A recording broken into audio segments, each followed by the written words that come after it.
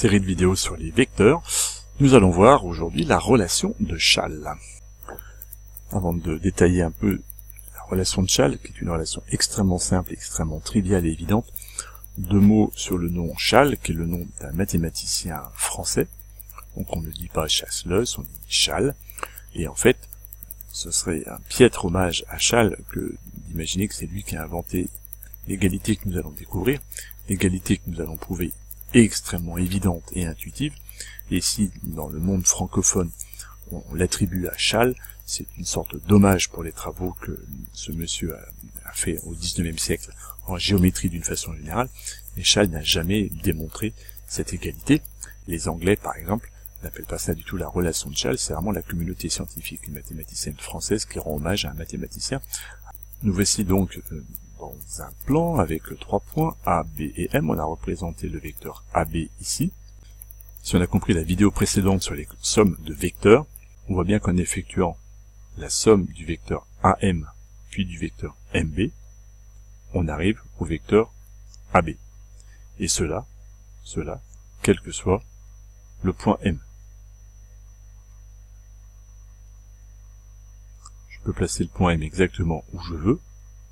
Cela ne changera rien. Le vecteur AM plus le vecteur MB sera toujours égal au vecteur AB.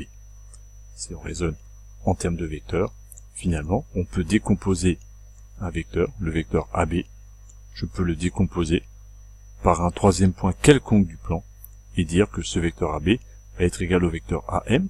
Donc le premier vecteur se termine par le point M et je lui ajoute un deuxième vecteur qui commence par le point M.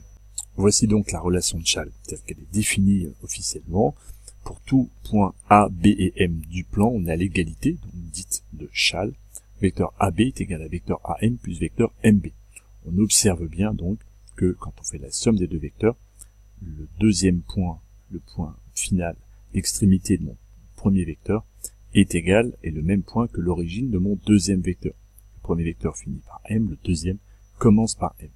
Dans ce cas-là, lorsqu'on fait la somme du vecteur AM plus du vecteur MB, on tombe sur le vecteur AB, comme on l'a vu dans la figure. Cette égalité est assez facile à comprendre, elle sera extrêmement utile en maths, elle va nous simplifier beaucoup la vie dans plein de calculs. Je vous propose rapidement un tout petit exemple extrêmement simple pour essayer de voir un des intérêts de cette égalité qui est extrêmement pratique et indispensable à maîtriser dès qu'on fait du calcul vectoriel.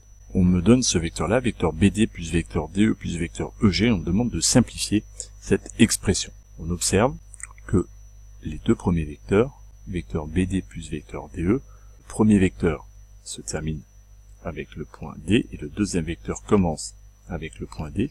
On peut donc appliquer la relation de Schall avec ces deux vecteurs BD plus vecteur DE qui va être égal au vecteur BE. Et donc, l'égalité de départ, vecteur BD plus vecteur DE plus vecteur EG est égal au vecteur BE, c'est-à-dire la somme de mes deux premiers vecteurs, plus le vecteur EG auquel je n'ai pas touché. Et là, rebelote, on se rend compte qu'on doit ajouter deux vecteurs, et on voit que le point E est l'extrémité de mon premier vecteur et l'origine de mon deuxième vecteur qui se suit. Le point E finalement ne va jouer aucun rôle, et le vecteur BE plus vecteur EG va être égal au vecteur BG. Et on peut donc conclure que le vecteur initial peut se résumer en fait au vecteur BG.